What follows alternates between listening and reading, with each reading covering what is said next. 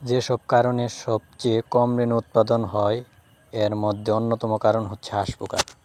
আসসালামু আলাইকুম সুপ্রিয় ভিউয়ার্স, আপনাদের মাঝে আজকে শেয়ার করব কিভাবে হাঁস পোকা দমন করতে হয় এই বিষয় নিয়ে আলোচনা করব। ভিডিওটি সম্পূর্ণ দেখতে থাকুন। হাঁস পোকা হলো পানিতে থাকা একটি প্রাণী যা মাছের পরজীবী হিসেবে মাছের অনেক ক্ষতি করে থাকে। হাঁস পোকা মাছের যেখানে আইস থাকে না সেখান থেকে রক্ত শোষণ করে মাছকে পুষ্টিহীন করে ফেলে।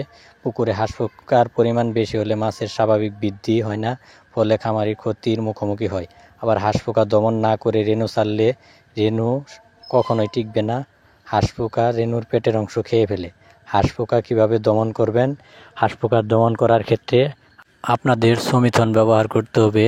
শতকে 6 থেকে 8 মিলি হারে সমিথন নিয়ে পানির সাথে গুলে পুকুরের চতুর্দিকে ভালোভাবে ছিটিয়ে দিবেন।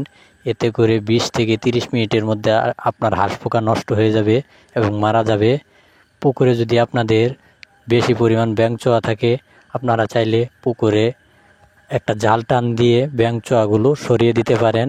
এতে করে ব্যাঙচোয়া অনেকটাই কমে যাবে। মাছ চাষ বিষয়ে সকল প্রকার আপডেট পেতে আমাদের চ্যানেলটি সাবস্ক্রাইব করে আমাদের সাথেই থাকবেন। ধন্যবাদ সবাইকে। আসসালামু আলাইকুম।